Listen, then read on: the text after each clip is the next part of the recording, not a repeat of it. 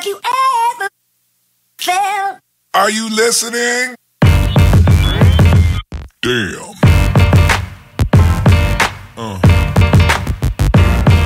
Yeah. Good afternoon. I'm Dave, and this is The Drive. I was calling it Drive Time. Now we're just going to call it The Drive. It's been a long while, it feels like. How time gets away, and you look back and you think about all the things that you should have done, had done, gotten done. How about all the things that could have been completed, worked through, problem solved? And they don't, because time gets away. We could write it all down and, do some time management, try harder. Time gets away. What it all comes down to is you're not alone. No matter how lonely you feel, how bad things are, how many things you don't get done, how many things get away from you, all the things, everything. It's all about things, and more things. You're not alone. Things and time get away from all of us. It's hard to get them under control. It's hard to make it all make sense. Somebody said, you got to take it one day at a time. Well, you do. But you better have a plan for the next 364 days. And your plan better start tomorrow. Because it's always one day at a time. And we always work through our problems one day at a time. We also have to plan for future events. All the potential things that could go wrong. All the things that people don't plan for. They go, that would never happen to me. It would. So what I realize is if there's a sentence, a statement, an accusation, something is said, and the word never is involved, holy moly! That's my answer. Somebody comes up and goes, never, Dave. Whew! I think as soon as I'm inclined to use the word never, I'm right back at the starting point about how time gets away.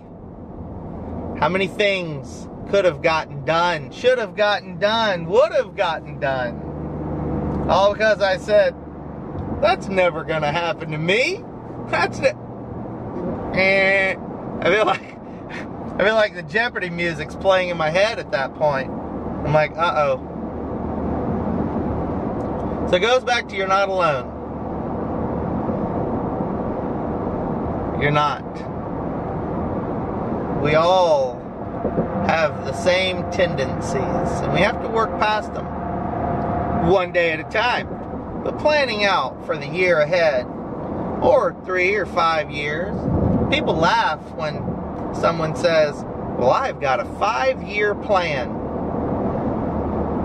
I couldn't imagine how many pages that 5-year plan would be, with all the mishaps, all the annoyances, all the speed bumps, the slowdowns, the change in course. Somebody said, Dave, you're the best captain. And I said, I'm not a captain. I'm a helmsman. I'm the somewhat driver of the ship. I'm sort of a navigator. The pilot. The pilot is the interesting one. The pilot is the one that when you come into a port of call, he takes over the vessel and he can dock it because he knows that port. So he's the port pilot. I navigate the open waters. when I steer the ship out in the open water. I plan my days.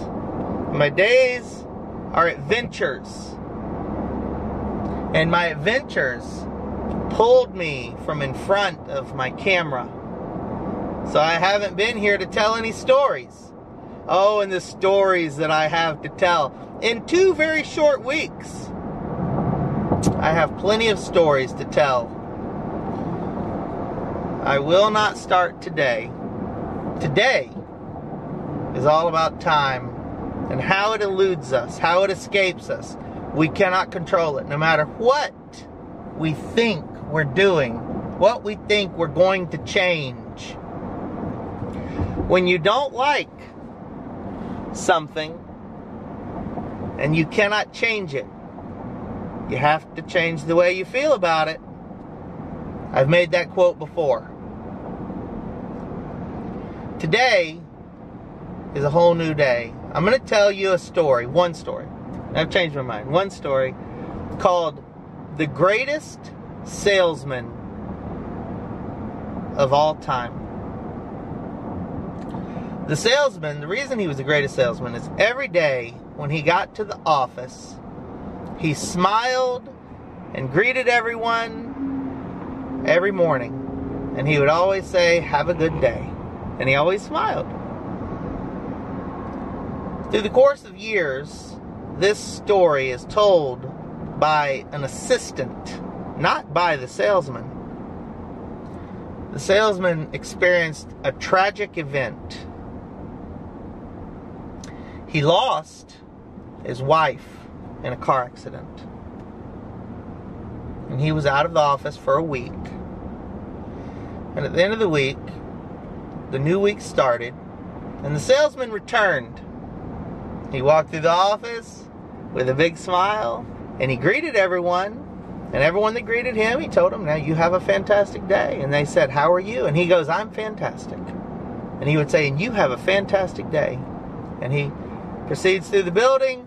He gets to his office, and he's ready to start his day.